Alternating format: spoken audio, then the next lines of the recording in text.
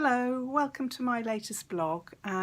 Kate here again, and today I've been having a bit of trouble with the technology, so do bear with me, but I want to talk about autism in relation to characters in one of my books. I'll probably talk about other books, but today I wanted to talk about them in this book, Fruit Woman, which I wrote back in the 90s. Well, I didn't finish writing it then, but I started it, and this is the latest cover. It's had various covers, but when I wrote it, I didn't know Helen, one of the main characters, was autistic. And just to give you a bit of a background blurb, this book, Fruit Woman, takes place on a family holiday in Devon, which the family have often been to in years gone by, and it triggers many memories of holidays of yore for Helen. I won't give any spoilers, but this may be a trigger for some people, because Helen's cousin was accused of the rape of a family friend several years before, when Helen was at university. Fruit Woman is set in the 1980s, as I mentioned earlier, but also refers back to the 1960s and 70s in the form of flashbacks. In the 1980s, their autism was regarded very differently as it is today, and the main profile of an autistic person was usually male and usually a child. They didn't think that women suffered with it or were affected by it, although of course there were big screen portrayals like Rain Man, but even that hadn't been released when this book was set. Nowadays, Helen and her younger sister, Cathy, would probably be diagnosed with autism. I feel this because I'm autistic myself, and I recognise many of her traits because they were based on me. People reviewing the book have commented that Helen seems much younger than her years. She's more like a teenager than someone of 27, the age that she is in the book in the present day. And I have to say, there are many autistics older than Helen who are just as childlike and much younger than their age, whether they look younger or they act younger or both. Helen is naive and believing, so she doesn't always see danger.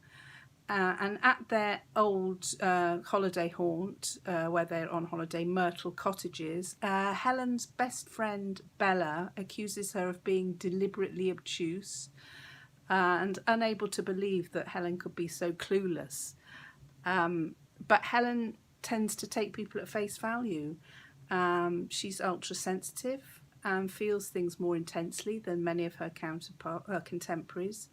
She's always been like this and didn't always understand the social rules as a child, and therefore she and her sister Cathy were susceptible to bullying.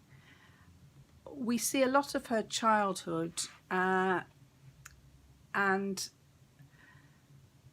we see how she is, through flashbacks of her childhood, and how socially awkward she and Cathy were, and how hard it was for them to fit in, especially having moved to a completely new area and school. And this is something my own sister and I experienced, had to contend with at primary school age, sort of similar ages to Helen and Cathy.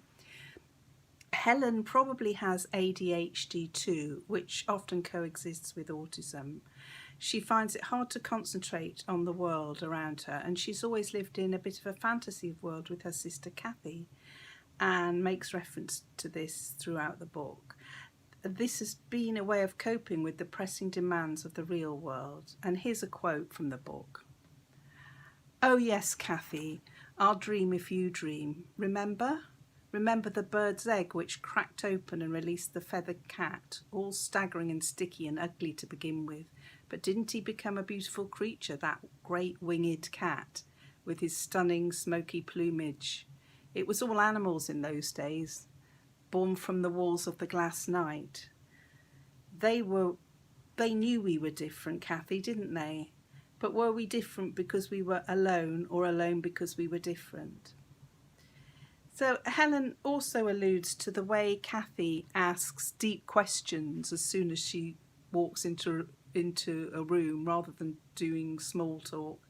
And so Helen, again in the book, says Cathy wasn't made for such earthly chores as picking ripe avocados or making decent cups of tea.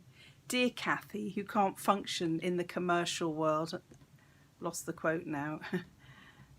Sorry, bear with me.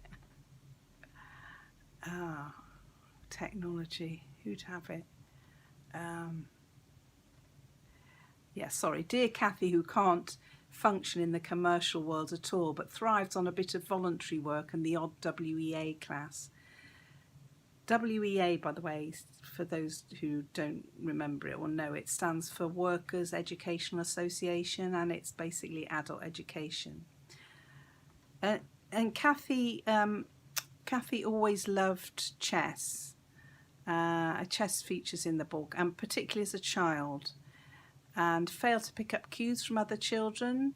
And this is common in some children, but especially autistic children, who often fail to read the emotions of the other when another person is, for instance, bored or something like that. So Cathy, this is my last quote I'm going to read from the book. So Cathy says, you soon frighten them off. Sorry, this is Helen's quote. You soon frighten them off, Cathy, those school friends you brought home, sat down and forced chess upon, those patient or bright enough to learn the rules. You couldn't see that just because you were bats about chess, other little girls and boys preferred to study tadpoles in jars or play hopscotch or conkers. You were still young enough to be completely ruthless.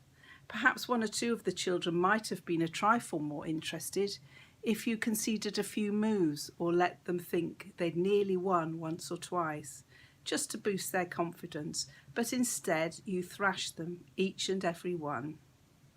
So I hope that gives you a flavour of Helen and Cathy in the book, but there's obviously a lot more in a story to it, which I didn't want to add any spoilers. So as I say, it was a complete revelation to me that Helen and Cathy were neurodiverse, but now it seems very plain to me.